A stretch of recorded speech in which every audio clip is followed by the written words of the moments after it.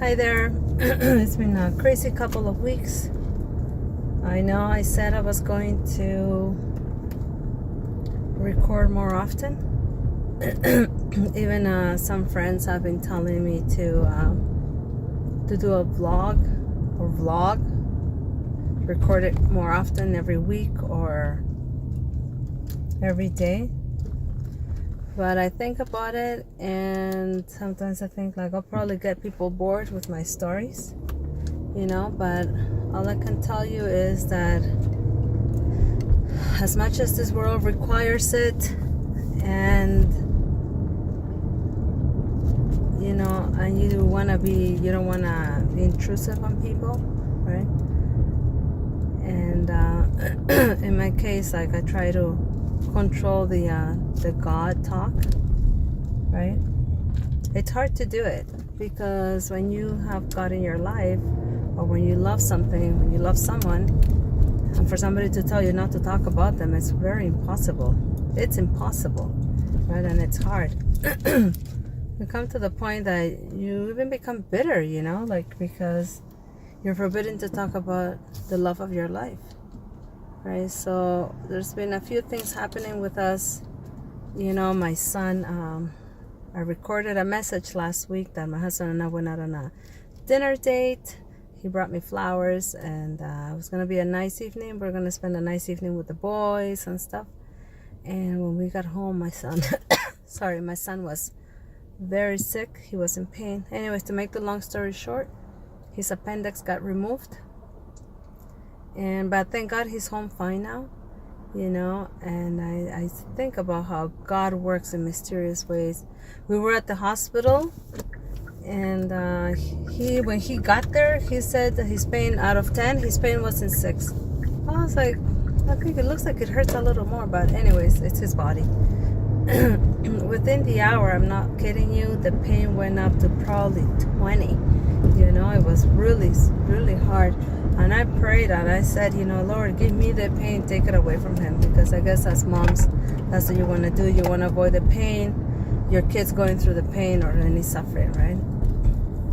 Which I've also learned in the last couple of weeks, talking to my best friend, my husband, that people nowadays, they don't want to suffer. They don't want to be in pain. And as parents, it's our fault. It's my fault. You want to prevent your kids from suffering or doing stuff.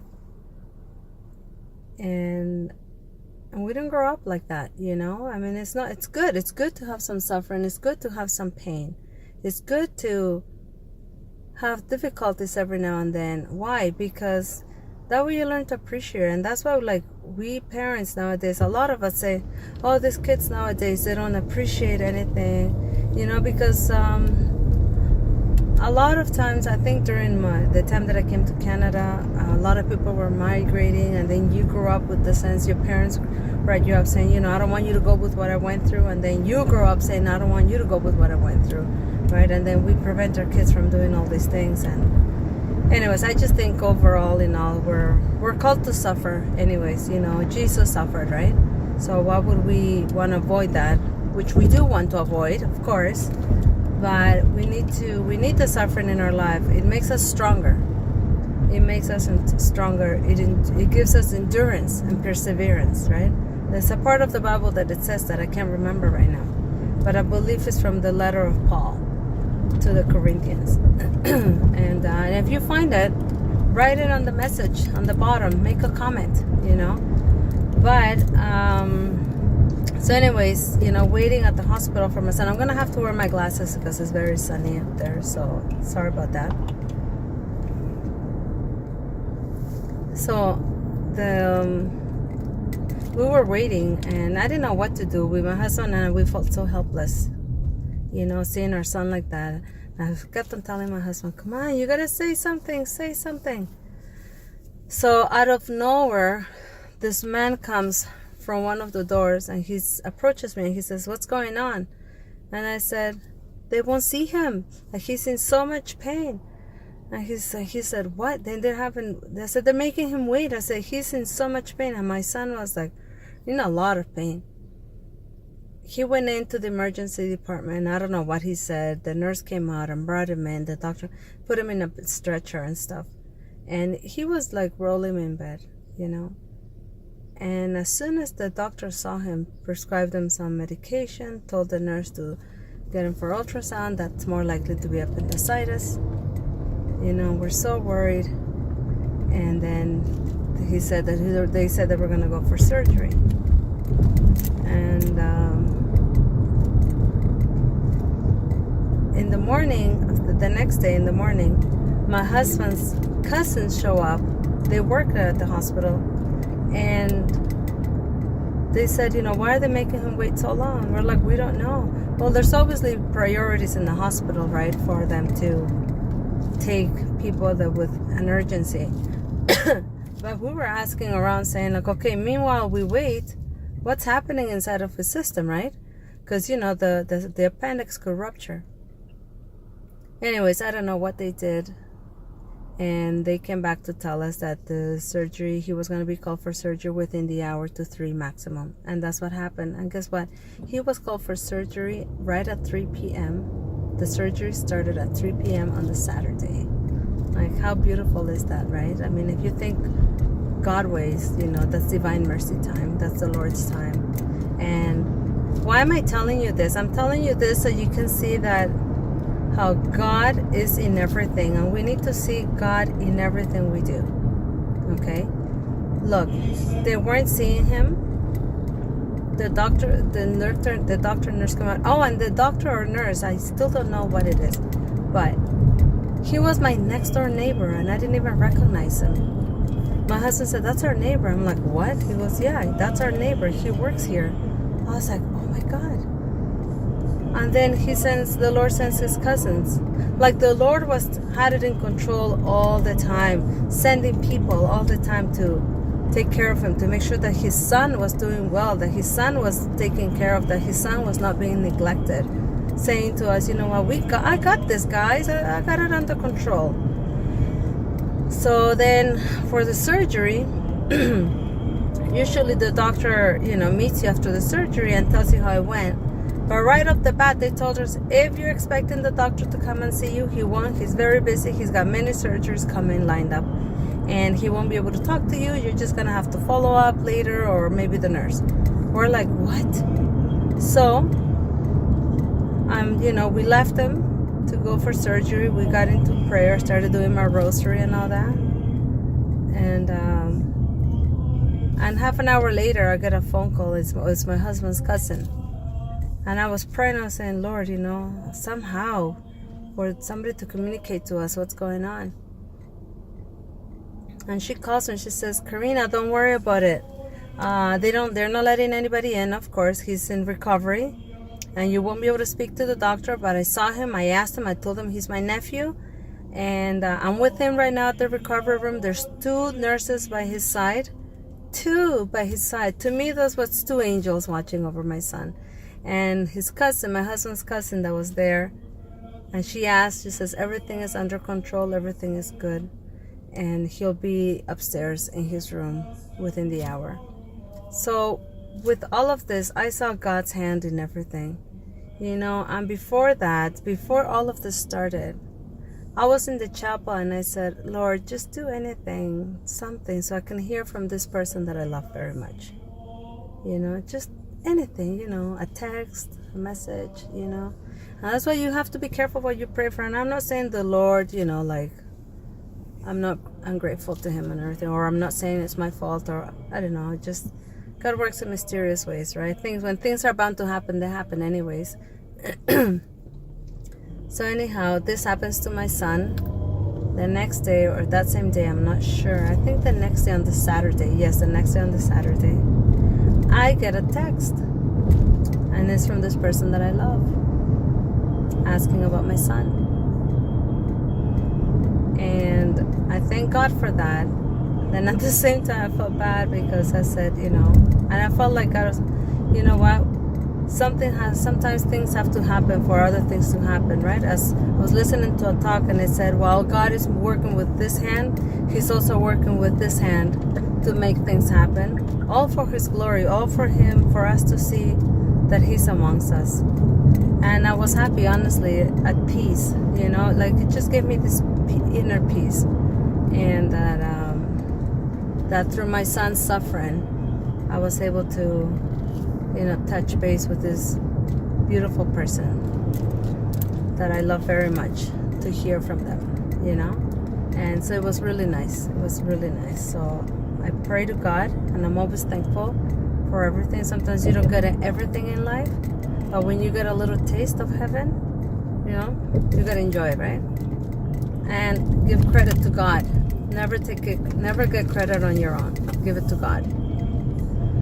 So, you know, those are the things. And I'll tell you something else. Yesterday night, my son wasn't feeling well again a week later, and my husband took him to the hospital.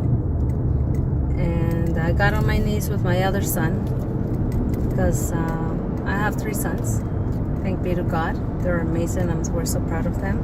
Our lady's done a great job with them, because we gave them to her care when they were little. So she's an amazing mom. I just pray and hope that I don't screw up her plan, you know. So we started praying the rosary. And my stories go all over the place. You'll get to know me.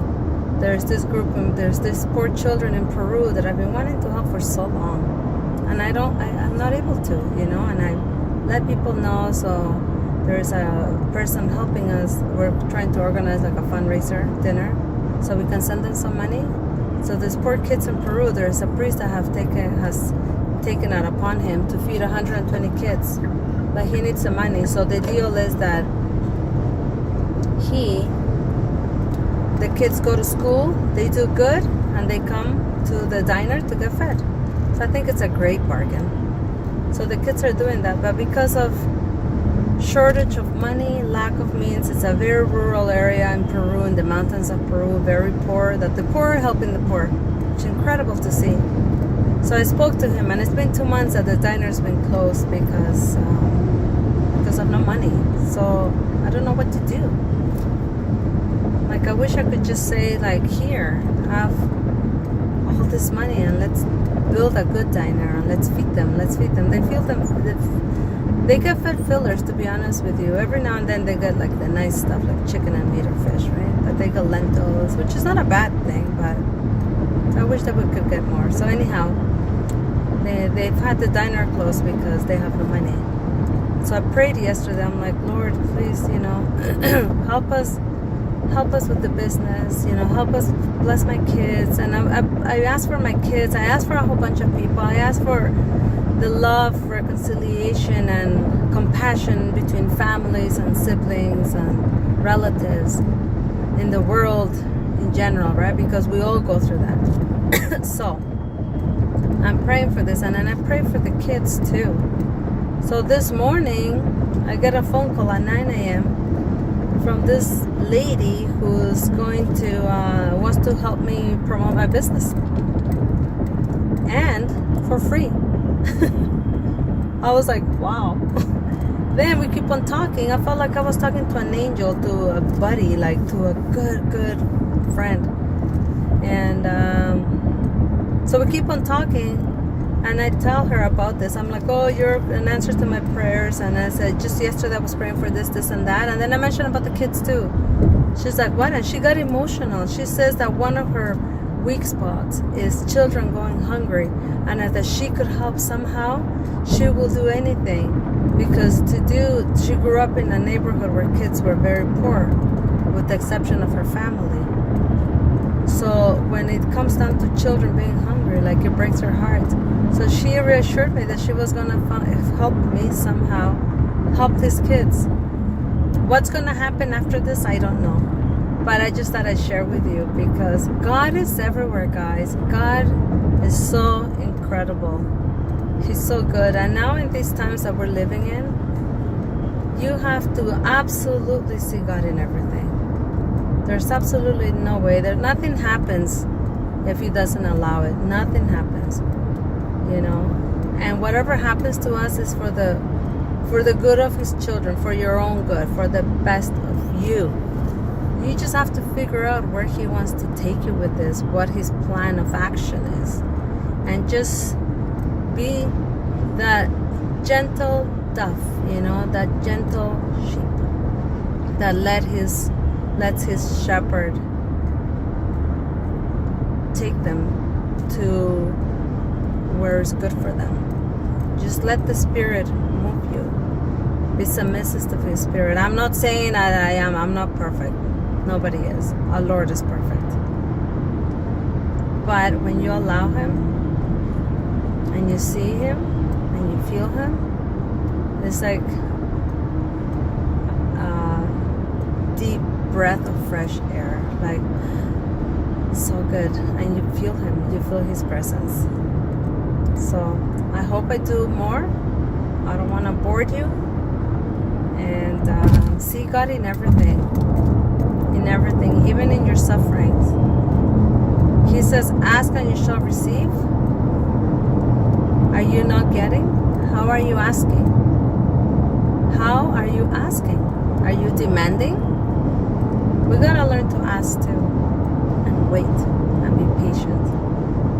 And open our spiritual eyes so we can see that He's responding, because sometimes we ask and we miss out on His answers.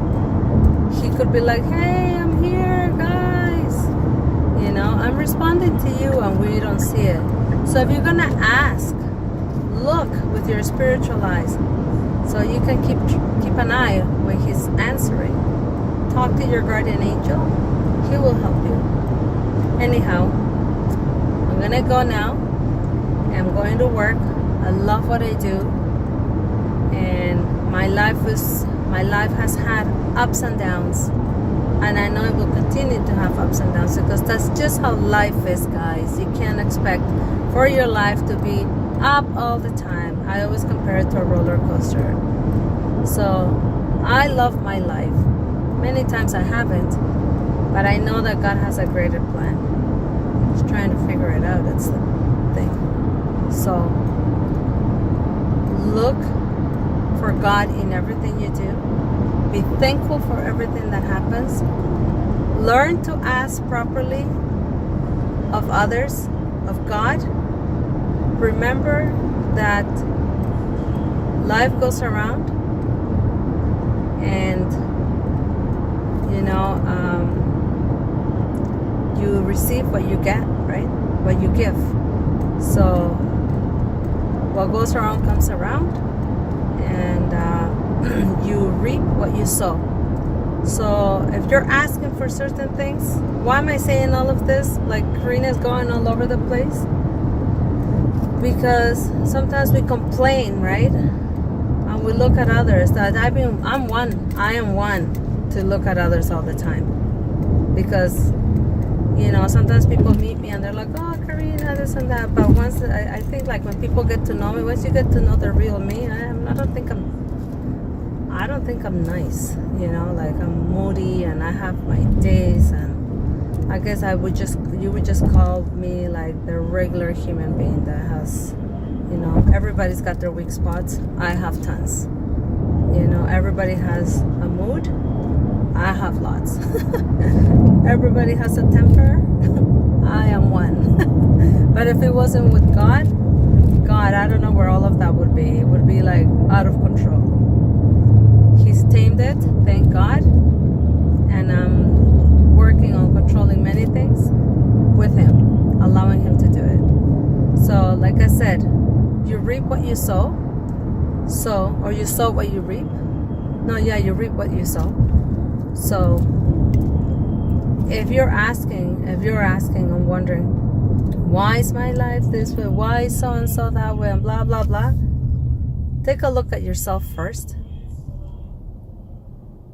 I do that, and I know I need to do it more, but it actually helps, because if your life is going a certain way, ask yourself, what have you planted in the past that it's this way? Sometimes people are there for you, yes, but you gotta be grateful all the time, and be considerate of people. Acknowledge that people are there for you, and be grateful and thankful, appreciative, right? Don't demand, because sometimes people are human beings, although they have God, but people get tired, right? So ask yourself, what are you doing to make a difference? What are you doing to change your current situation, your current condition? So I'll leave you with that, guys. I love you very much. God bless you. Share the message. Feel free to comment below. I was going to say comment nice stuff, but no, you know what? Comment whatever you think, because I need to grow, and there's something that you don't like, I need to know so I can learn that about myself and change it and improve who I am. And I'm only going to do it through you. So God bless you all. Remember, ask properly, be grateful, and see God in everything you do. God bless you. Have a blessed day. And if you never see a video again, have a blessed life. And love everybody around you and appreciate everybody around you, because you just don't know how long you're going to have them. Okay? God bless you.